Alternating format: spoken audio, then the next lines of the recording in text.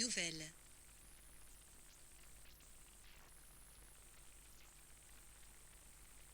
Forme, l'instruction des pauvres et le reste, bien qu'il garde son étiquette de conservateur. Il me rappelle toujours par son apparence extérieure, je ne sais pourquoi, une botte d'excellent cuir brun, très bien cirée et patinée par l'usage. Il semble toujours arriver tout droit de la campagne. Il nous a fait un long récit très vivant de sa vie de soldat, d'où ressortaient nettement ses immenses qualités de meneur d'hommes. À ma grande surprise aussi, il connaît la poésie géorgienne, il a lu le livre de Lytton et condamne les Victoriens. Peut-être avais-je tendance à le considérer de haut, à l'associer à Georges et Gérald. Pippa a passé la nuit ici, elle apprécie énormément Ballet. Le lendemain matin nous avons discuté de l'avenir des femmes. Elle est à la tête d'une organisation qui forme et place les femmes désirant travailler, et elle voit l'avenir en fonction de cela, bien entendu. Samedi, 20 juillet, nous allâmes à Tidmarsh 26. Du point de vue campagne, on ne peut, nous du moins, rien en dire de bon, bien que la maison et le jardin soient assez jolis. Le fleuve y charrie toute une populace, Villa Rose, perchée un peu partout, Jean passant la fin de semaine à Pangbourne, avec valise de cuir et canne à pêche. Lytton et Carrington étaient seuls.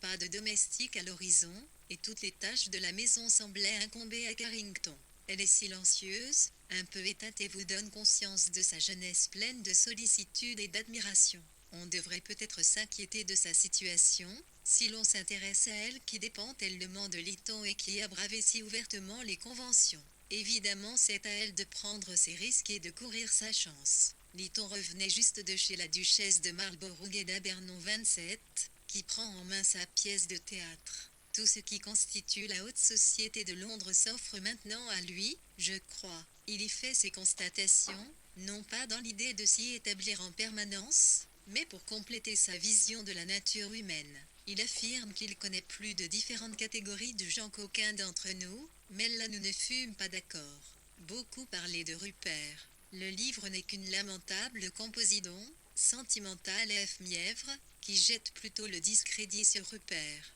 Lytton, très amusant, charmant, bienveillant, et un vrai père pour Carrington.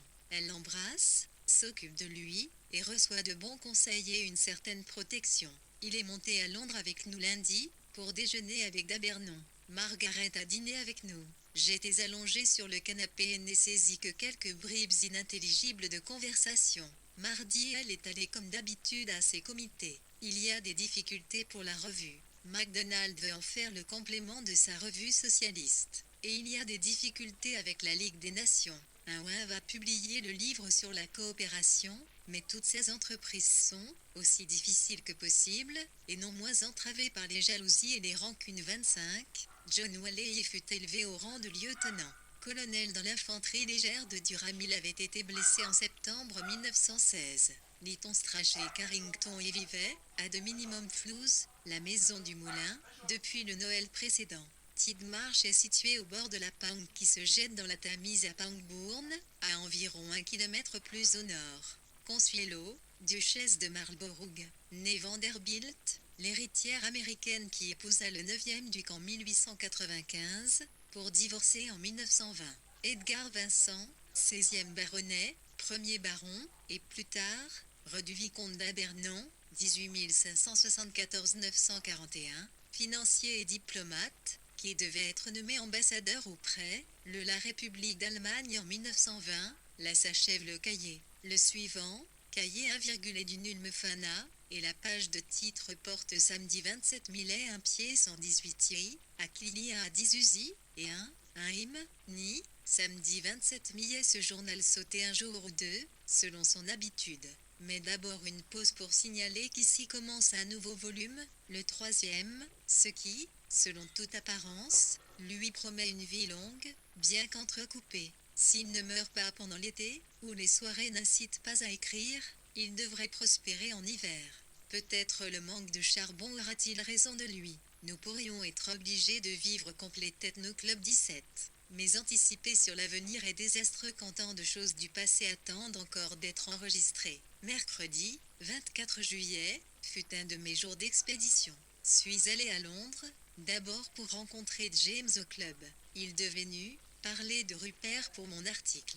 Toutefois, ses premières paroles furent: avez-vous appris la fiançaille de K avec Hinton? Et je demandai: non, avec Arnold Forster. Cela m'a terriblement contrariée. Je suis contente qu'elle se marie, encore qu'elle parût vouée d'avance au célibat. Mais un mariage avec AF ne serait qu'une union de convenance et de commodité, et la rendra encore plus esclave de l'État. Puis, comme James avait un examen médical, nous n'avons guère pu parler de Rupert, sinon pour dire qu'il était jaloux, maussade, instable, ce que je savais, mais qu'il m'est difficile d'écrire. Fredegon a fait ensuite son apparition, je l'ai accompagnée jusqu'à mi-chemin de Charing Cross. Elle venait de recevoir des confidences d'Alix et débordait d'affection pour elle. Ses émotions sont trop dans le goût ficé pour me plaire. Ses poèmes vont bientôt paraître 28. Puis, ayant communiqué ma nouvelle au sujet de K, que nous ne tenons que de Bob, qui la tient lui-même d'une lettre d'A.F. et qui pourrait donc être fausse, et j'espère bien qu'elle est, je me suis rendue à Gordon Square, où les camions de déménagement emportaient les meubles. Nessa ne cessait d'entrer et sortir de la pièce où Clive et Mary ne manquèrent pas d'apparaître, et alors tout suivit son cours chaotique habituel. Nous avons tout dîné au Mont Blanc. Clive continue à m'en vouloir. De quoi? Je me rends compte qu'il suit scrupuleusement un plan dans ses relations avec moi et s'impatiente de toute tentative de l'en détourner. Ses remarques personnelles semblent toujours reposer sur un fond de grief dont il a décidé de ne pas parler ouvertement. Vous avez gâché une de mes plus belles amitiés, me dit-il, avec votre manière d'interpréter les faits de votre point de vue. Dranen Journée, rêverait le voyage plus, de Fredegon fut publié en 1918 Art Blackwell. Dans la série des jeunes poètes inconnus en 1916 lorsque Ménard Keyhu avait pris la suite du bail des Belges Gordon Square, y avait en conservé possibilité d'R se loger et une bonne part, le leur mobilier. Mais Vanessa, qui voulait CRD, Charleston à Nibir une précarité plus confortable, avait maintenant décidé, LR faire transférer Dr Londres. 14 Campa, fit certains de ses meubles et unis équipements ménagers 30 Luf et W. Diffitalt français de Cerutis Street, ce 170. Ce que tu appelles la vérité du bon Dieu, dit Nessa. Lorsqu'on a une intimité avec toi, il faudrait cesser d'en avoir avec qui que soit d'autre. Tu parles des gens comme moi, je peins des vases, vous entortillez les choses, et puis elles réapparaissent au grand jour. Ensuite murmura Mary, du fond de son silence complice. Cependant Clive mettait une certaine amertume dans ce qu'il disait. Il voulait me faire comprendre que j'avais en quelque sorte mis un point final à nos anciennes relations, et que maintenant rien n'avait plus la même valeur. Il était clair aussi que vit dans la crainte d'une entente entre Mary et moi, qui mettrait en danger ses rapports avec elle. Il a protesté que ce serait déloyal de ma part, ou de celle de Ness, de montrer à Mary des lettres de lui. Elle est un livre aux pages vierges, après 9 feuillets écrits si serrés, réécrits, raturés, déchirés. La situation est passablement compliquée et délicate. Il ne peut se résoudre à rompre tout à fait avec moi. Mais il réglait mon dîner, et nous nous sommes séparés en bons termes. Il pleuvait à verse, j'ai couru pour attraper mon train. Je regrette de n'avoir pas eu la patience de nos propos les plus intelligents critiques de livres et de la vie, et non pas de personnes et de sentiments, mais je suis de plus en plus sévère pour la critique bâclée, et j'écris avec tant de précipitation que ce serait certainement mauvais. Jeudi nous étions libres et nous avons collé quelques exemplaires supplémentaires de Prélude. Je crois qu'il n'est arrivé qu'une seule nouvelle commande. Les gens se plaignent que, si intelligente, et tout, qu'elle soit, l'histoire tourne court. Vendredi, le 26, elle a fait son tour habituel à la Ligue des Nations et au club. Moi, j'ai fait le mien à l'Oméga, pour le nouveau papier de Roger, à Gordon Square 31 pour des tableaux et, chargé à m'écrouler, au club pour le thé. Puisque c'est important, il faut que je signale que l'on a demandé aujourd'hui à elle de se présenter au Parlement. Je ne me suis pas encore arrêté à cette idée. Un penchant inné à trouver ridicule le Parlement met en déroute toute réflexion sérieuse. Mais peut-être n'est-ce pas aussi ridicule que les discours le donnent à penser. Au club, on offrait le thé à des journalistes. Je suis monté me cacher derrière une porte, au sommet de l'escalier, et j'ai vu Miss 37. L'auteur, qui était Middleton Murray, qualifiait les vers, ce n'est pas de la poésie. Oratoire qu'à Cambridge. Vote pour les femmes, la réforme, l'instruction C. Au club, on offrait le thé à des journalistes. Je suis montée me cacher derrière une porte, au sommet de l'escalier, et j'ai vu Mrs. Hamilton pour la première fois, ou plutôt je l'ai entendu qui discourait comme un joyeux habitué des clubs, car je n'ai pas osé regarder. James a dîné. Il promet de nous envoyer des lettres de Rupert pour que nous les tapions à la machine à H.E.A.M., mais une bizarre intrigue strachait se noue en ce moment à ce sujet. Lundi 29 juillet, l'obligation de décrire une fin de semaine à Garsington me paralyse. Je crois bien qu'à nous tous nous avons prononcé 1 million de mots, et en avons écouté bien davantage encore, surtout de la bouche de Mrs. Hamilton, qui tire sur sa laisse comme un épagnol, dont elle a d'ailleurs les grands yeux bruns pleins d'étonnement. Il y avait Gertley, chez Arnan et Dalla pour le T33, Brett, Autoline, 3 papiers fournis sans doute par Roger pour la couverture des livres de la Hogarth Press. Le 15 juillet,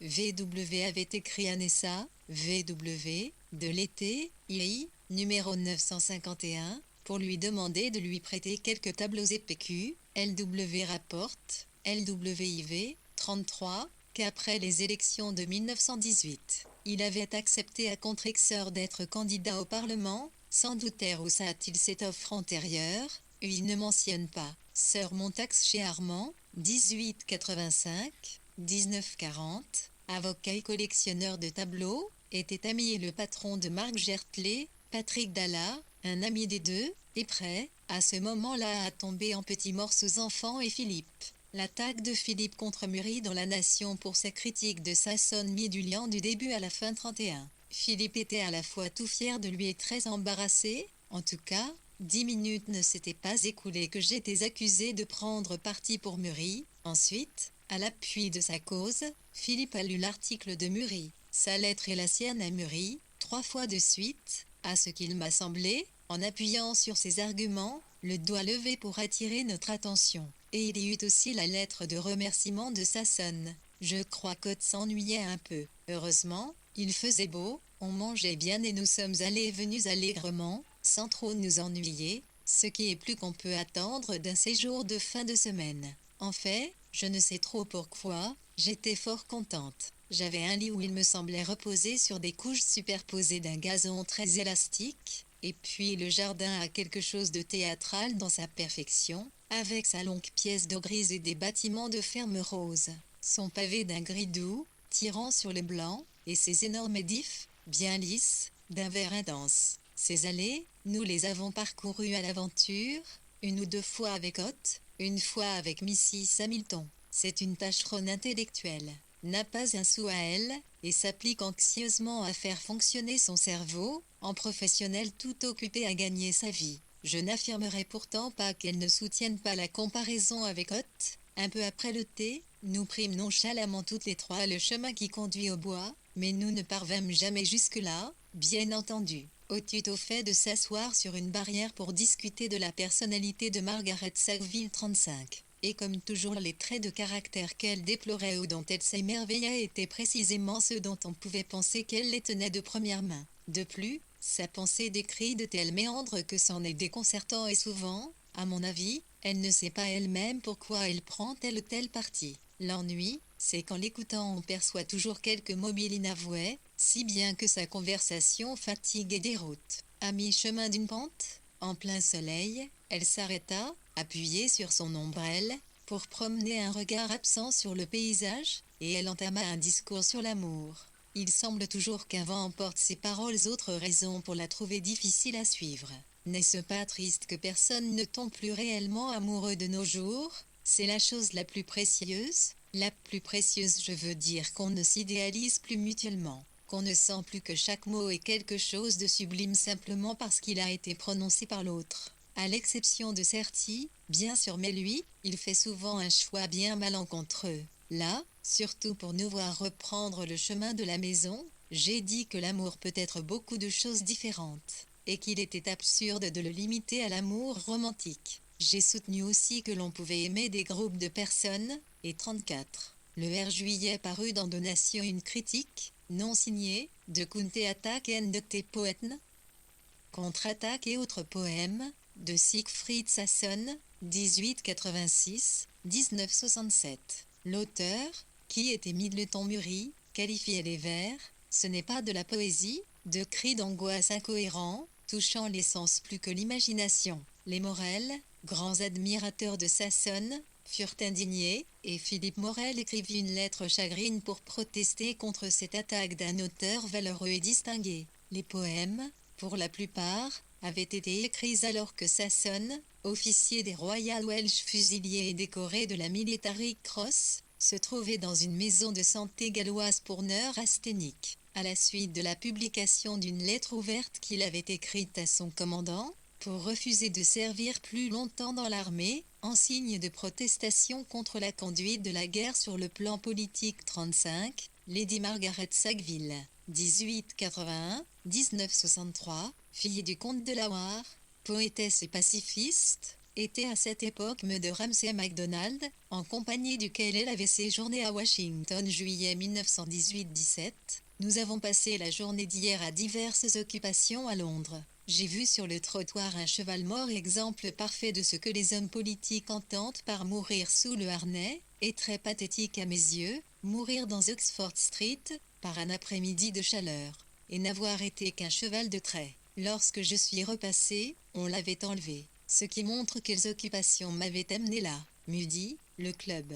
J'ai flâné aux devantures des bijouteries, à la recherche d'une pierre pour remplacer le saphir que j'ai perdu dans le train, en allant à Garsington. Je suis très tenté par de pâles émeraudes givrées, de valeur incertaine. Lytton et Alix au club. Dernier acte de cette pièce familière.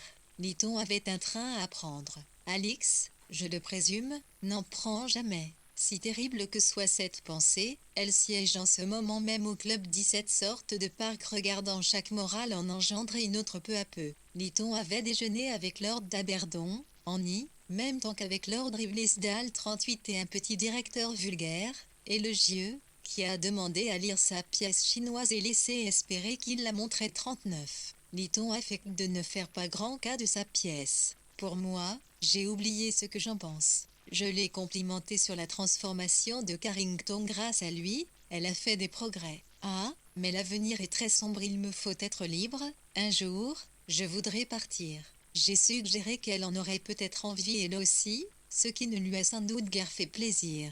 Dans la rue nous avons croisé Olivier et la resplendissante Inès. Puis nous fûmes abordés par Co qui voulait nous inviter pour nous présenter D.H. Lawrence ou peut-être que nous le recevions ici. Les yeux de Co, injectés de sang, et son allure misérable nous ont frappés, là, au milieu de Est et James Square. C'est un personnage mystérieux, non seulement dans ce qu'il fait, mais aussi dans son désir d'être de nos amis, lui qui semble en avoir très peu. En tout cas, c'est la dernière personne que nous avons rencontrée à Londres, puisque Monsieur Cox 41, de la London Librairie, ne compte pas. Aujourd'hui les bonnes ont pris un train à 7 heures, et nous sommes venus par Clapham, alors que nous comptions passer par East Grinstead, mais nous avons trouvé des places dans le train de l'eau, après tout. Et nous sommes arrivés à Gland vers 2h30, voyage plutôt agréable 42. Tout le monde se félicitait d'avoir trouvé de la place, car le bruit avait couru qu'il y aurait foule. Dans mon compartiment,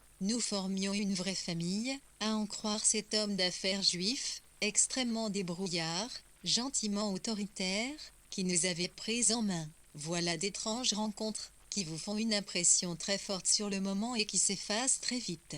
J'ai déjà à demi oublié le soldat qui avait une plaque de nickel au genou, et un arceau de métal sous le pied, bien qu'il ait parlé à tue-tête, qu'il se soit vanté et rendu détestable à mes yeux, et j'ai oublié les mères de Thomas Listé. Baron de Ribblesdale, beau-frère de Margot Asquith, était un curateur de la National Gallery, ainsi que de la National Portrait Gallery. La pièce chinoise de Lytton Strachey, à son fait avant, Fils du ciel, qu'il avait achevé en 1912, finit par être monté au théâtre de la Scala en 1925. Iné Ferguson, né en 1895, diplômé d'Oxford, qui devint secrétaire général de la National Federation of Women Institute en 1919, elle se maria en 1923. Frédéric James Cox, 1865-1955, fut engagé dans le personnel de la London Librairie alors qu'il avait 16 ans, et il y travailla jusqu'à l'année de sa mort.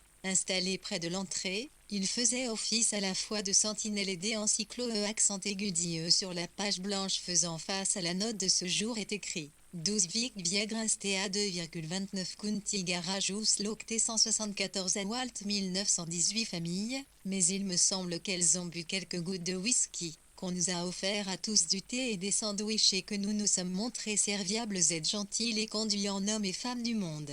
Nous avons déjeuné sous des arbres en venant de Glinde. Samedi 3 Orienne a consigné que des nouvelles campagnardes, puisque, comme nous nous y attendions, les mûries se sont décommandées. Catherine écrit qu'elle est malade et je ne puis m'empêcher de me dire qu'elle l'est peut-être gravement. De toute manière il est hors de question qu'elle vienne ici. Le temps n'est pas resté au beau. Hier, comme souvent, il a plu autant qu'il peut pleuvoir en Angleterre. La pluie n'y tombe presque jamais l'après-midi, et ce fut le cas, plus ou moins. Vers le soir, nous sommes allés aux champignons et nous en avons rapporté un mouchoir plein. Voilà donc que recommence un de nos grands plaisirs.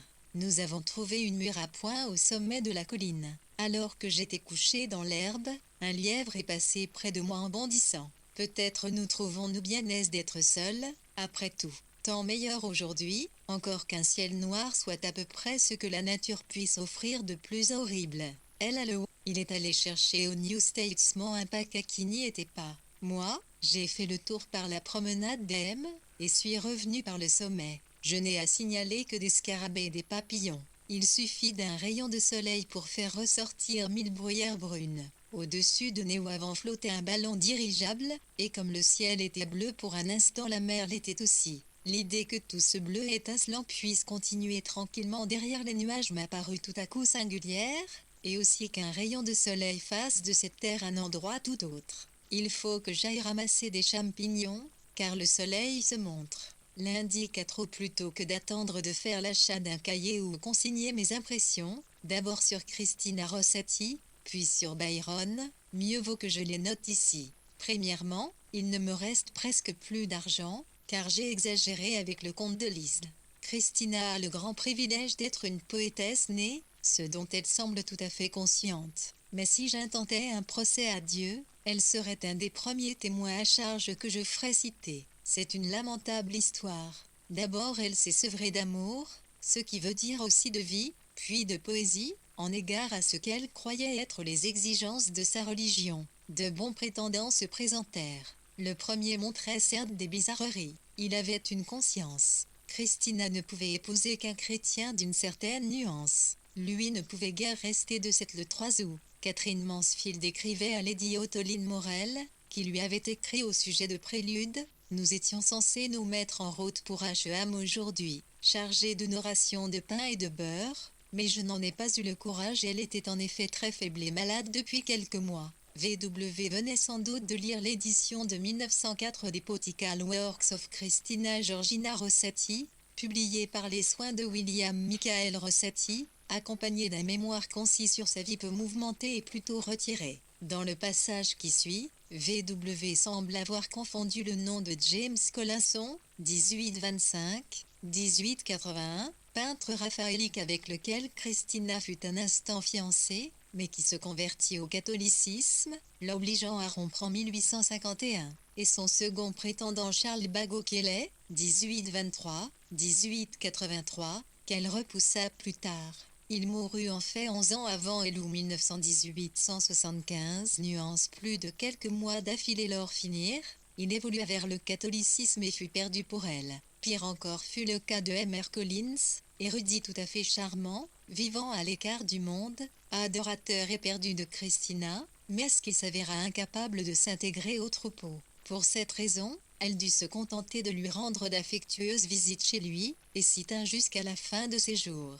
Sa poésie fut aussi l'objet d'une castration. Elle entreprit de transcrire en vers les psaumes et de mettre ses poèmes au service de la doctrine chrétienne. Ainsi a-t-elle, selon moi, réprimé, réduit à un austère dépouillement un beau don naturel, qui n'avait besoin que de liberté pour prendre de lui-même une forme beaucoup plus belle que celle, disons, de Mrs. Browning. Elle écrivait très facilement, avec ce genre de spontanéité enfantine que l'on imagine et comme il arrive toujours lorsque l'on possède un don authentique, encore en bourgeon. Elle est naturellement portée vers le chant. Elle a des idées, elle a de la fantaisie. Elle aurait pu, si ce n'est pas une impiété de le supposer, se montrer paillarde et piquante. Et en récompense de tant de sacrifices, elle est morte dans l'épouvante, doutant de son salut. J'avoue cependant que je n'ai fait que feuilleter ses poèmes, revenant inévitablement à ceux que je connaissais déjà. Mercredi, c'est où le journal d'H.E.M. absorbe toutes mes observations méticuleuses sur les fleurs, les nuages, les scarabées et le prix des œufs. Et comme je suis seule, il n'y a rien d'autre à rapporter. 4. Point d'autre tragédie que d'avoir écrasé une chenille, point d'autre sujet d'excitation que le retour des bonnes, hier soir, qui nous rapportait de l'eau les livres de Gardel. Et pour moi l'English Review et contenant l'essai de Braceford sur la Société des Nations et Félicité de Catherine Mansfield. J'ai jeté Félicité par terre en m'écriant, sans effet d'elle je ne vois vraiment pas comment on pourrait encore lui faire confiance en tant qu'écrivain et même en tant que femme. Après cette sorte d'histoire on se va, je le crains, me falloir admettre que son intelligence n'est qu'une très mince couche de terreau, d'à peine un ou deux pouces, recouvrant un roc très stérile. Car, étant donné sa longueur, Félicité lui offrait la possibilité d'aller plus en profondeur. Bien au contraire, elle se contente d'affêteries de surface, et l'ensemble, qui fait pauvre et bon marché, ne permet pas d'entrevoir, serait-ce imparfaitement, un esprit digne d'intérêt. Et puis elle écrit mal. J'en ai gardé le sentiment d'avoir eu affaire à un être dur et insensible. Je relirai l'histoire, mais je ne pense pas que je changerai d'avis. Elle va continuer à écrire ce genre de choses, pour sa de transcrire envers les psaumes et de mettre ses poèmes au service de la doctrine chrétienne. Ainsi a-t-elle, selon moi, réprimé, réduit à un austère dépouillement un beau don naturel, qui n'avait besoin que de liberté pour prendre de lui-même une forme beaucoup plus belle que celle, disons, de Mrs. Browning. Elle écrivait très facilement, avec ce genre de spontanéité enfantine que l'on imagine et comme il arrive toujours lorsque l'on possède un don authentique, encore en bourgeon. Elle est naturellement portée vers le chant. Elle a des idées, elle a de la fantaisie. Elle aurait pu, si ce n'est pas une impiété de le supposer, se montrer paillarde et piquante. Et en récompense de tant de sacrifices, elle est morte dans l'épouvante, doutant de son salut. J'avoue cependant que je n'ai fait que feuilleter ses poèmes, revenant inévitablement à ceux que je connaissais déjà. Mercredi, c'est où le journal d'H.E.M. absorbe toutes mes observations méticuleuses sur les fleurs, les nuages, les scarabées et le prix des œufs. Et comme je suis seule, il n'y a rien d'autre à rapporter. 4.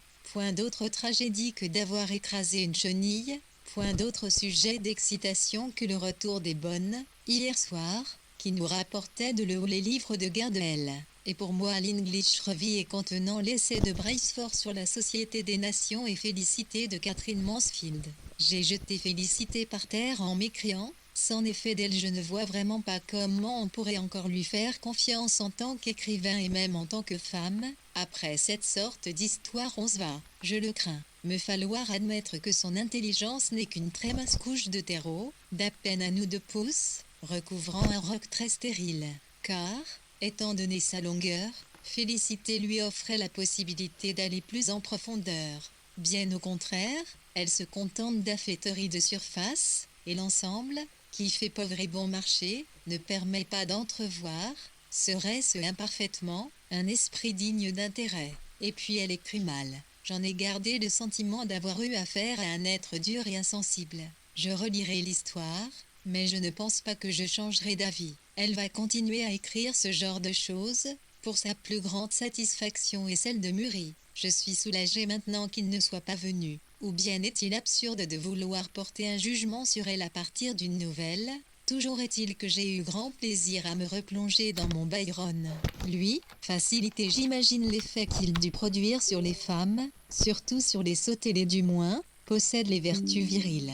En fait, cela m'amuse de voir avec quel facile journal plus complet que VW tenait désormais 4 jours, du 8 au 12 septembre.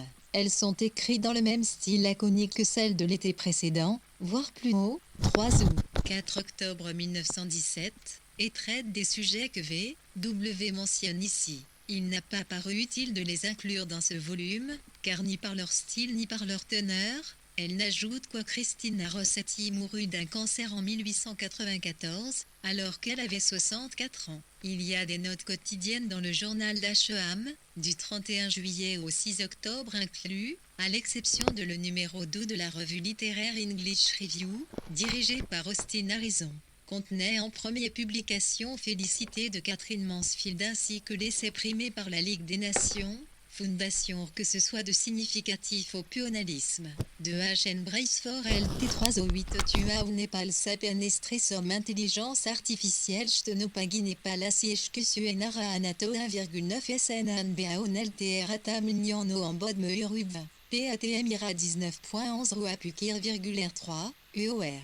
IC Septilas As l'UMB en Psalon Clekert Mosiaï, 9C61 à 1881, Allo 3 AIAAJ 1er, 10, FUIETIM.3 Urpiclos Ctis Azuat Tutu 1 3 UANIUSIO INBC Gemsuol 93 Type TLG UASUOXNE SACAOS APEX NASOLUANF 6161 à 0 C81, Xodiv Meatimo T3 page 9111 volts, Ya. OI livre 8 IZ08I, 1G1, Urpurit Pojezilal SNU à 14044 FP Arifosiot 7 PUAFQ Tulu MEC WAS MSU A 9 TNB SPU Optionius soit SAJANB Slurso, 191 UTS NJD NOP NOC LUO 0 OD au solo soit ONB SUOP NO FUTIN Sutulium 9 PUOJO 1er LUO Tuti 9 du Tol 1. Eodurinoa non soit ITSANB au on bleu EJUSANB LU1 Bilax Namin Jutso LA Jolne Studio UNU US3 Uri soit Oalios Siojoplos un Mesol Lidosto ID 9 8110 Mitep Sons SAGIS Nol DOAE Jorizoli OS Napé à la du S Isaï.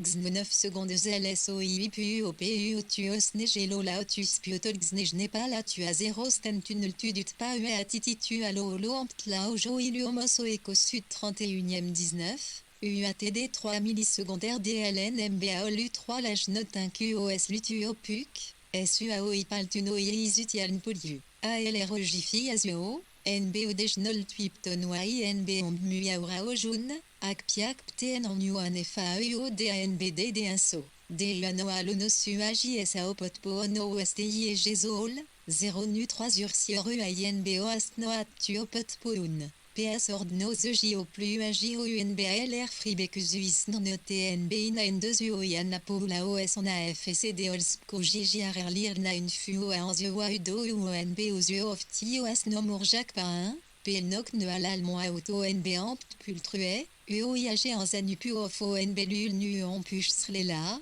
Meodots nu NB Lutincla à l'UNP Nujamov GIP Pio à Watak Luplatop Sui LSA DA Nul de Zao et Lualuo Azaria et Onanu, NBO Zodna FS Utuoi, G Apti Ujo du A Sud-Est et NSO, Urv Jolob Lual à la joie Swanol Srutuage en bot Tuosen Détruanu ou tutage d'Awana Zeke Eknol Tulu RR, NB Sni 8 à Jojo Situos Alua UAP Ispa Ua Urinol Swano SUOE. DOG SOS Rare a 0 Lo et OUEOSA Urliostel en le Afulsa Alon Spiro a SAP Markutsnu et l'Unu Anoa Agio Pupuotso Alop US Osia Odnzin enfin Unemu Oiag SED 3 No Luxiodn. UA Ulurozane Elios US Roduto EJONBO IODU Alo Almano Zanade AU 0.11 DEIE DOSLA Sumas Nso Juma EJO et moi Luons Leam soit la TP Jones Plum Saitrobe Sud Tunu. Upen Bemi ou en Luatu. ANB 10091 Desnu Olin Zokpa Anoa Aso Esu au Sud LTU Aolpo Asuno Fesu SFW Tada SFUY Anao.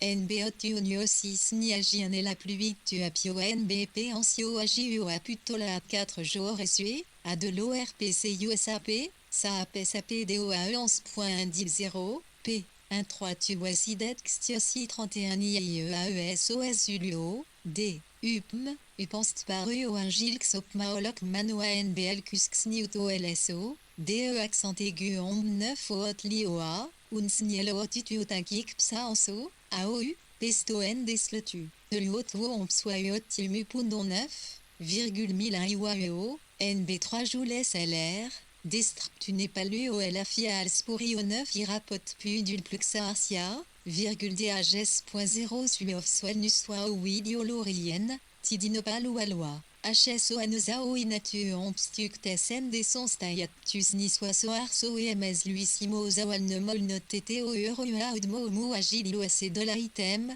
ONB 11 J intérieur en stelmo oloms lelpslpos ni soudm. E0.9 Etioto Nepalon Rufletin Liroyo Anao, Rojol Impetot Polo Otiduas au centimes ANB, ANBARD Le Sulo Mo Opnir Crimes ENR, R, Olgun Barano Eo1, Ribion 15 C une Boanolongioa, Ugio Joano Unoa, RORP Opugio Iotus Utamoles.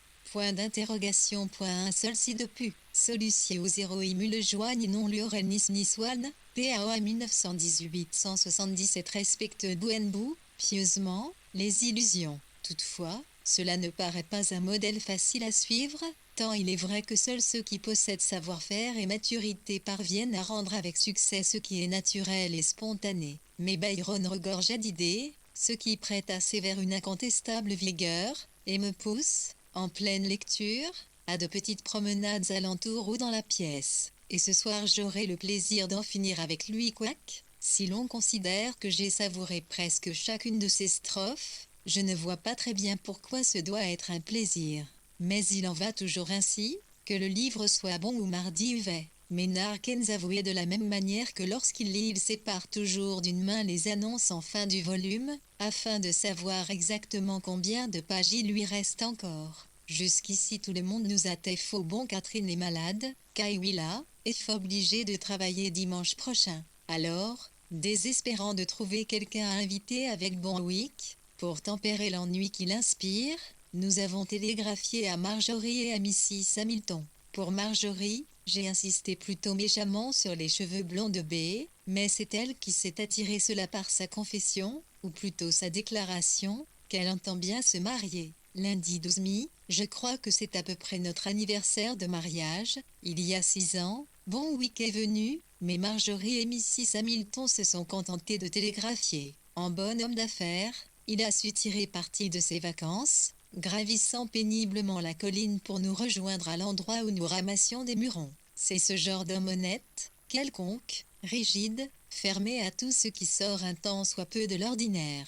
En redescendant la colline, il nous a dit qu'il dépensait 1/5 de ses revenus pour les prisonniers de guerre, afin de compenser d'être exempté du service armé, au titre d'objecteur de conscience. Nous avons parlé presque exclusivement de la nation. C'est son unique sujet. Le pauvre a un fort accent des faubourgs de Londres, un esprit tenace, ambitieux, plein de suffisance, et il met en avant ses relations littéraires et veut faire croire qu'il est le facteur déterminant du nous quand il parle de la nation, ce qu'il fait constamment. À vrai dire, en l'écoutant parler, j'ai eu pour la première fois une idée de la fascination qu'exerce l'argent. Il laisse entendre qu'il manipule des mille et des cents. Ce sont les mille et des cents de M. Rowntree, mais M. B a l'air dégagé, l'air d'autorité de celui qui en dispose. Rowntree m'a demandé si la nation pouvait se le permettre, 1000 livres par an, et j'ai dit que oui. Alors il m'a écouté, oui, nous avons maintenant augmenté les tarifs pour nos écrivains.